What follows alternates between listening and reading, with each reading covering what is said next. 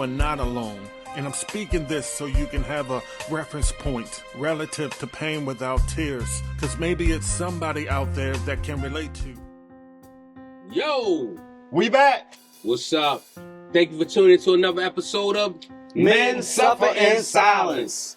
Today, fellas, I want to touch base a little bit on a topic that I think a lot of men suffer from. Okay. And that is how much disrespect Whoa. That's huge. Go ahead. should one take from your spouse, from your Significant wife, other. your significant other? Let's Like, jump in. Let's jump in. what is disrespectful to you? Yeah, hit it what with you. you Let's talk mean? about it. Let's talk about this. Yeah. Talk about it. For sure. First of all, that is Rich Blackman. and Your boy, Lucky, let him know. Rawsko Squeezoff. I'll Mhm. jump right in. Jump in.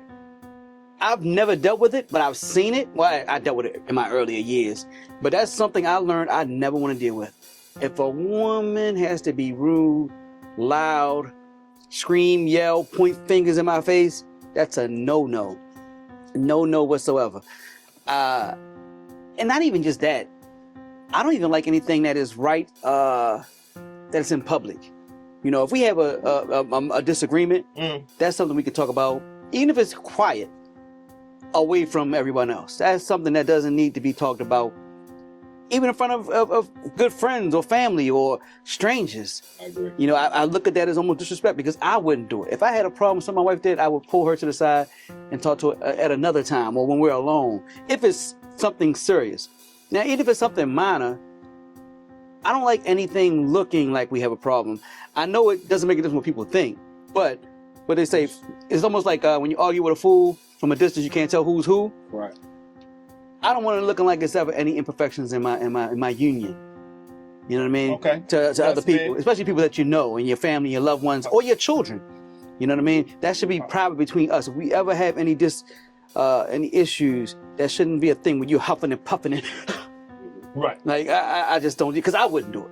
So I'm with someone who wouldn't do that, because I look at that as disrespect, and I would think they would take it as disrespect if I did that to them. I agree. Yeah, I had a buddy tell me one point in time that, about an incident that he had, and him and his significant other were sitting there talking, and they were dating at the time. It wasn't, just, I guess, girlfriend, whatever type of situation. Anyway, they were talking, they were having a discussion that didn't get heated, but it was a passionate discussion.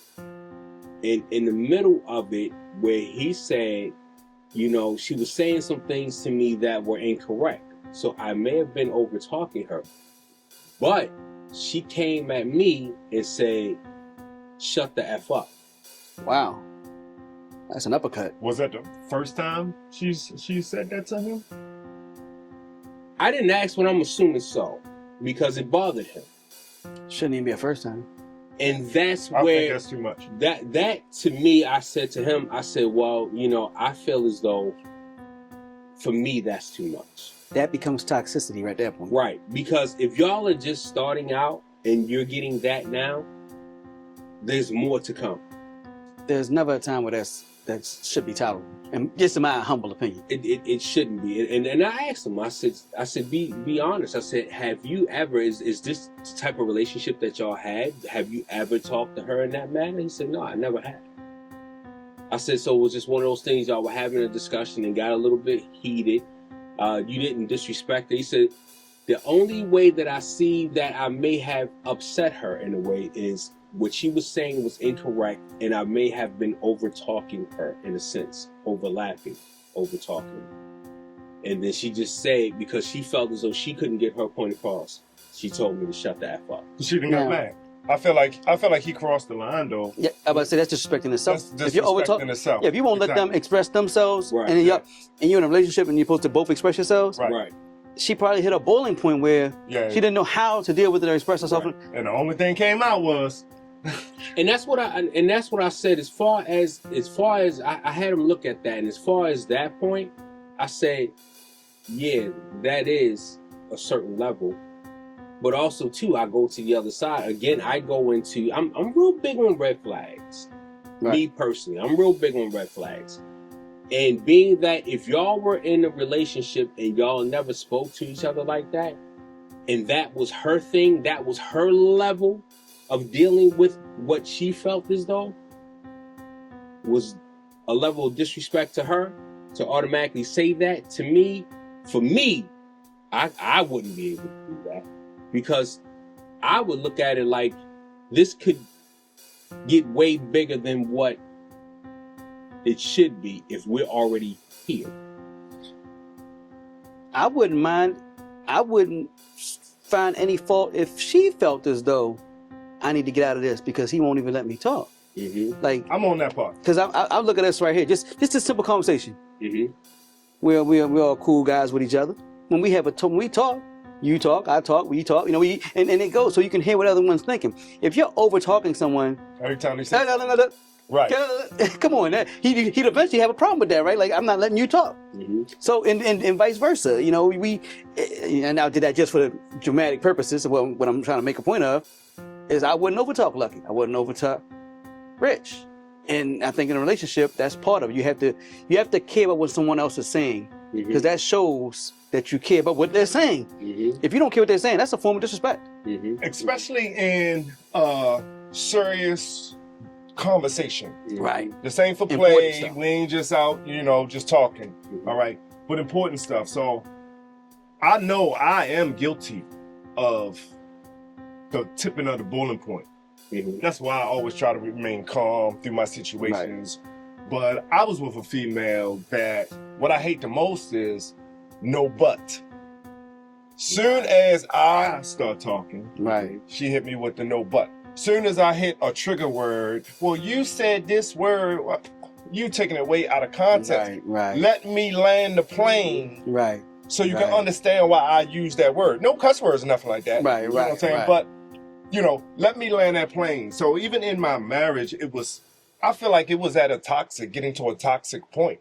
I mean, if we have an argument about a blue crayon, that should be what we're talking about. Right.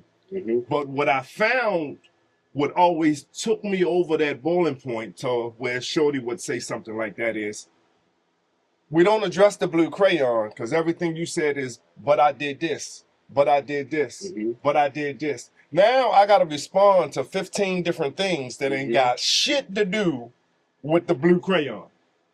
So right there, I'm getting frustrated. Right. Because you didn't have a problem with these 15 things until I came to you about the blue crayon. It's sorcery. So, you talking me about this blue crayon. I can't stand the fact you leave your shoes at the door. right. When did this become a problem? Right. Just now? Right. Holding this in? And then as men, we have this look on Right. What are you talking about? Right. But that's definitely another topic. But I've been Shoes there. on and off at the front door. That's another topic. I lived that for life. another day. But yeah, so I've definitely been tipped to that boiling point where I either left the house or, just it's not what I wanted to do in my marriage. It's not what I wanted to come and talk to her.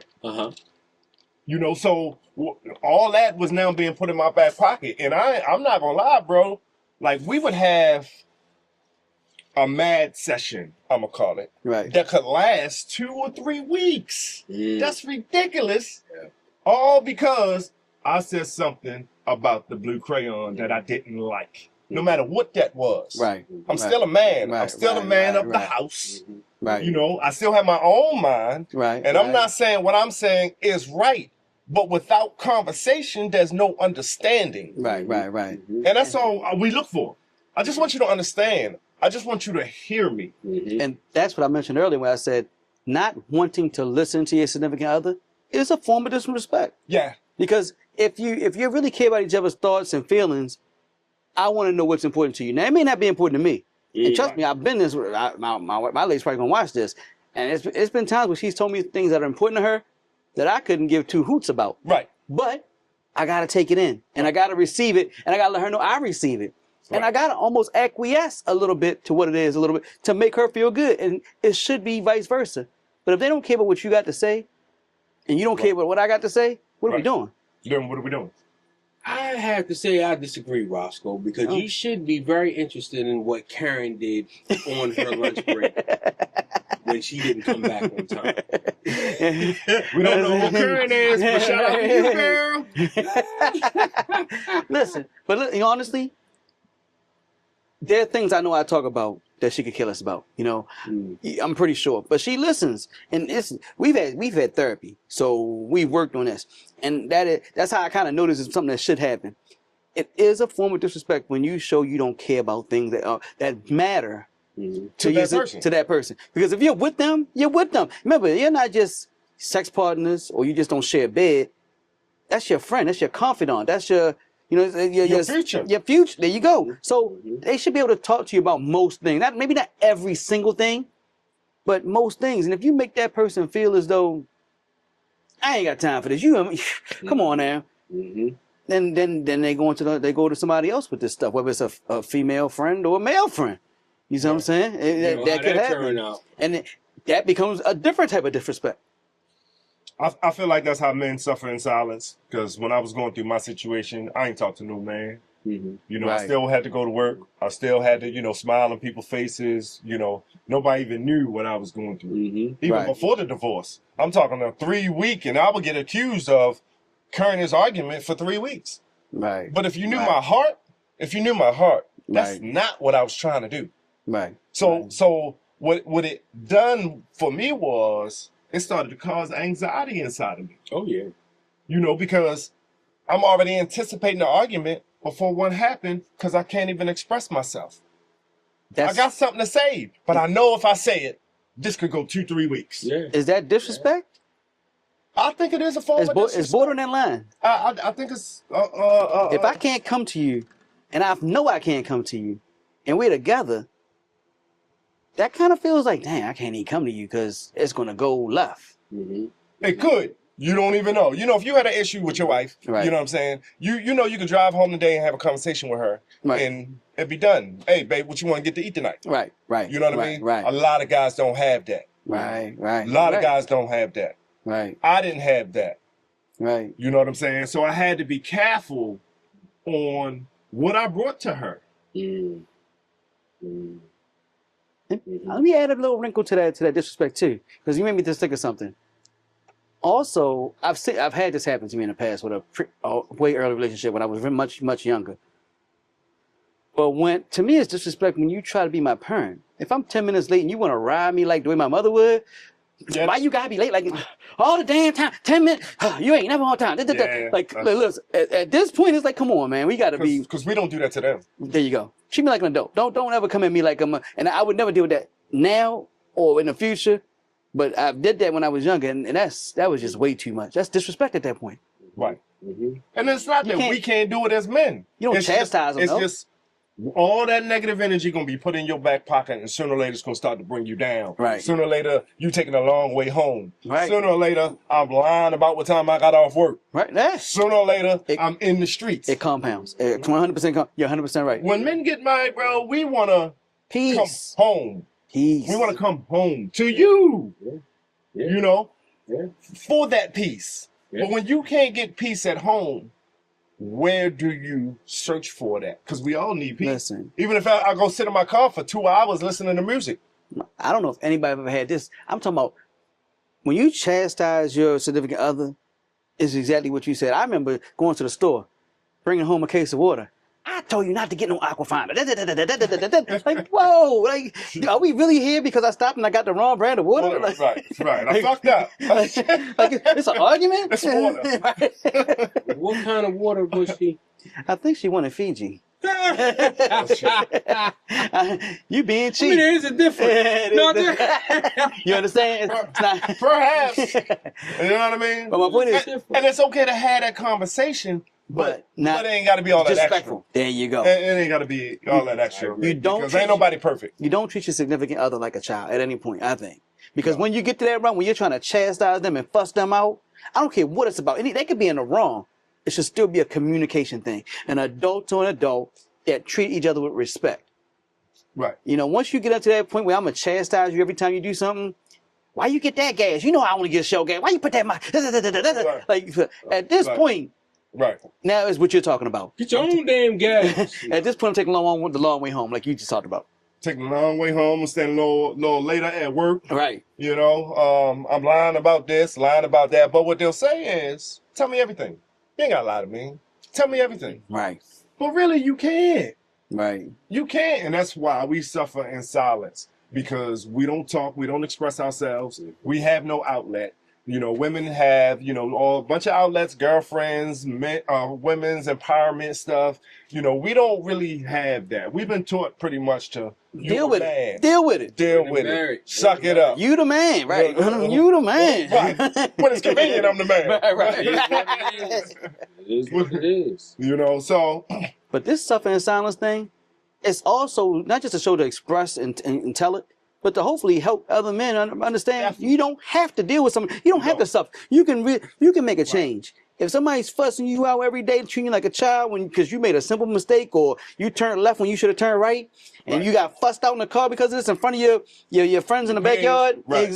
Listen, you don't have to deal with that. Life is about choices, y'all. Yes. Life is about choices. It's the choice that you made to be there, to stay there, you know, to deal with. I know you're supposed to provide, but you got to get counseling. If you want to still be with them, get counseling. Make sure they know this is not acceptable to go forward. Make sure they know that. Now, I'm not opposed to counseling, therapy, stuff like that. But however, okay, you both have to want it. Just because she going and you're going for a purpose, right, for change, because I want this. Right. I want this future with you. Right. But if she going just because you said, let's go to counseling, right, you know, and don't have that same mindset, what we doing? We wasting our time. That happened to me. That happened to me. That happened to me too. I've done that before. I've done it my first time. I went to counseling and I really just I was done. I kind of sabotaged the counselor, meaning that I made her look bad to the counselor by spinning everything, and she was just getting frustrated because she knew I was spinning it. So yeah, you both gotta want to go. Yeah, with the same common goal. I think with counseling, you really have to be at a place where both of you guys are willing to be open-minded and willing to be in a space where you're willing to accept information, accept fault, and have the common goal of both wanting to make the relationship stronger and better. 100%. You both like getting on the path to do that. So my question is this: isn't that why we marry? Isn't that what the hope and the dream of being with a man or a woman, whatever your spouse is? In that, so where do we get to the disconnect that we need to bring in a third party? Wait, because the show didn't just switch, did it? You said third party. Oh, you mean therapist? Therapist. Third party. The third party. He then I got you. That's So, what's quick. Hey, that Karen you talk about, you want to bring that third party in this? No, I mean third party meaning, you know, somebody else, whether that be your parents, your mama, your pastor. Your pastor, third party person. Like when did the disconnect? Because you got married by yourself. You got married by yourself, but now you need goal. Or was it the same common goal? That's the tricky part. I think when it comes down to it, I think it's all everybody wants to have the right to say I was right. It's not me, it's you. But if you're suffering in silence, because that's just what we're doing here, if you're suffering and you don't know how to end that suffering, that's where that third party may come in. I need help to stop suffering from what I'm going through. This disrespect, this whatever. I can't get her to stop this. And that's strong. That's mental, brother. Yeah, so if I can't get that, and I don't know how to get it, but I still love her. I still want to be with her. She's the mother of my children or whatever it may be. I don't know how. I'm trying to get some outside help to see can I rectify this before we get to another level. Right. Where I can't take it anymore. If I can't get you to stop fussing me out or disrespecting me in public or what I perceive as disrespect, even if it's in private or in front of, I was a big one. I didn't like it in front of children. I don't fuss out in front of the kid because I'm raising a young man here. Around the house. I don't want a young man thinking that this is what it's supposed to be like. It's supposed to be. Right. Mm-hmm. Yeah. You know what I mean? Or my young lady, my young daughter. You know, I don't want neither one thinking this is how you're supposed to act. So if that's where sometimes you feel it's like, I don't know how we got here. I don't know how to solve it. I want to salvage it, let me try to get some outside professional help, someone who has a track record of saving relationships.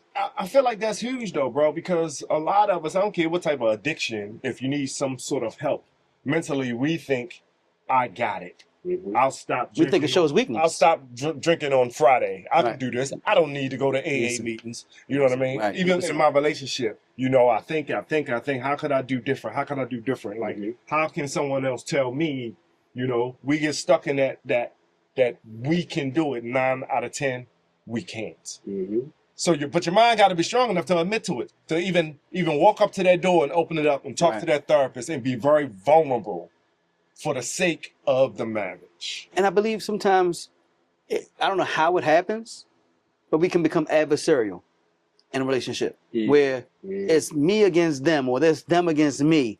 And then sometimes you need somebody to get you back on the same team, because if you always thinking he probably gonna try to do this, and then she thinking he gonna try to do that, y'all not on the same page if y'all Right. not thinking and working together. And That's where it starts. when you got married, you were doing it together. We gonna do this. We gonna buy a house together. We gonna raise these kids together. We gonna name them, whatever. And then it gets to some point where it's like y'all on different sides, especially if it's a disrespect, which we're referencing in this podcast. If you're feeling disrespected and you can't get to stop, Mhm. you need help, Yeah. Yeah. or it's not gonna last. Or do you just leave? I mean, that's always an option, but it depends. It all depends on how you feel. If you're invested, especially if it's marriage, or even if it's just a girlfriend. If you have no children, you're not invested, you don't live together, you always got a foot out the door, in my opinion, because you're not. It's just You're emotions. using nothing. That's just Right. emotions, yeah. Right. We got a runner. But if you're invested, you live together, you have things in your name together, you may share credit or account together, you have children together, you're married. Any of these things, these scenarios, means you're invested. We don't have any of these scenarios, you're not invested. If I'm just dating you and I pick you up every, 3 times a week and we got problems, that's no problem at all. That's an easy solvable problem. You know what I'm saying? Right. But if we're invested, we share a common bathroom. You know what I mean? You shower while somebody's on the toilet. Come Right. on, that's invested. That's worth saving, worth Yeah, keeping. if you want it, if you want to save it. But I mean, that's when you have to make decisions. If you're like I said, when you're not invested, there's no decision to make. I wake up in the morning and I don't like you, I'm out. Right. Because there's nothing holding me there. How do you want to close on this, Rich Blackman? I'm gonna say this. Like I told my friend, I said that is solely up to you how you want to look at it. If you feel as though that's something you don't want to tolerate, you don't have to. You shouldn't. Have that conversation, and hopefully things will change. But if they don't, then ultimately you have to make a decision. Me, myself, in the relationships I've been in, I think that was one of those things that we dealt with those things up front. I had one bad relationship where it was a lot of disrespectful things going on, but we were younger, and I did some disrespectful things back. When you start to realize these things, you should change. You should have the mind frame to change. And then when you change, you look for changing people. How do you think maturity, age, you think that got a lot to do with it? It does. Definitely. Okay. It definitely does. Because we always a little reckless when we was a little younger, but Definitely. at this stage, you kind of set those rules and boundaries because you done already been through. Yeah. And you don't got to deal with that. And you don't have to do it. Because we're chasing peace. Also, how you raised. Because some people get that earlier in life because they were raised in a situation where they Yeah. saw that. And if you're not raised in that situation, you might have to find it a little later. Well, I will say this, though. I love my mother, rest in peace, no disrespect. My mother stabbed my stepfather behind disrespect. So I'm glad that I didn't take that approach in my relationship. You didn't know to wear body armor, though. You knew to wear body armor. I realized that this could be an outcome. But no, seriously, it's just, like you said, when you get older, you start to chase peace more than anything. So once you've gone through a lot of stuff and you've seen a lot of things growing up and how you're raised, and a lot of it does have a effect on you based on what you saw in the house growing up too. But I think that at a certain point, you just feel like, no, this is just not something that we should have to deal with. True. Right. And you said peace. My therapist told me every creature on the planet wants safety. Yeah. Even a lion, they'll attack something, but they still want to sleep somewhere in peace. Yeah. Right. You know, every creature wants peace Yeah. and safety, you know, shelter and comfort. You know, we all want that. So when you feel like someone's disrespecting you, you lose it. You lose that, and Yeah. you suffer. You can, as a man, when you have a woman popping her neck and people, you know, and talking to you, Get your ass in there. Yeah. that becomes a suffering silence moment. Yeah. You know, sometimes. Because there's nothing more important, especially for me at this point in my life, nothing more important to me than my peace. And that means if I have to take time away from my spouse, my kids, my workplace, my friends, my family, no matter what it is, if I have to take this time away, I will, because there's nothing more important than my God and my peace. Facts. And there's nothing going to bend that, you know, for me. Right. So look, guys, appreciate you listening in. Men suffer in silence. I'm going to leave you with this. Disrespect should be tolerated, man or woman. If a woman is out there going through it with a guy, you have choices. Make the right choice. Please comment. Let us know how you feel about it. But not disrespectfully. Because we don't tolerate disrespect. We don't tolerate Because we don't tolerate disrespect. Yeah, we here for everybody. It's all love here in this room, man. Now we had to find some type of therapist between us and you. I mean, come on. Fourth party. Yo, thank you for tuning in. This your boy Rich Blackman. Lucky, let him know. Rawsko Squeezoff. And this is Men Suffer in Silence. Peace. You have a right to remain silent because when a man opens his mouth to put sound on his emotions, it's usually perceived as violence. Anything a man says can and will be used against him for future disputes, arguments, humiliation, and manipulation. Put a bat signal in the air and let him know he can't win. You have a right to an attorney, but there's nobody out there willing to defend, willing to lose a case or lose face that will help comprehend the struggles of a man. A man is silent because he's silenced and can afford to be ignored. So he continues to provide for himself when asked, "How you doing, brother?" It's a disguised, "I'm good." You know me. The world calls it toxic masculinity. If everything I say will be held against me on a scroll of social media deficiencies, then I choose to remain quiet or suffer in silence. So in order to keep his status, even though his appreciation is depleting right before his face, but he's a man, born and destined to overcome, so he moves forward at a steady pace. In every decision in the presence of God, heaven and earth bears record. He's silent because he's listening for the Most High's voice. He's quiet because he doesn't have time to complain. It's a choice. He understands his right to speak, yet he remains suffering silently. How else can he want and leave a legacy of righteousness? How else will his family remember his name?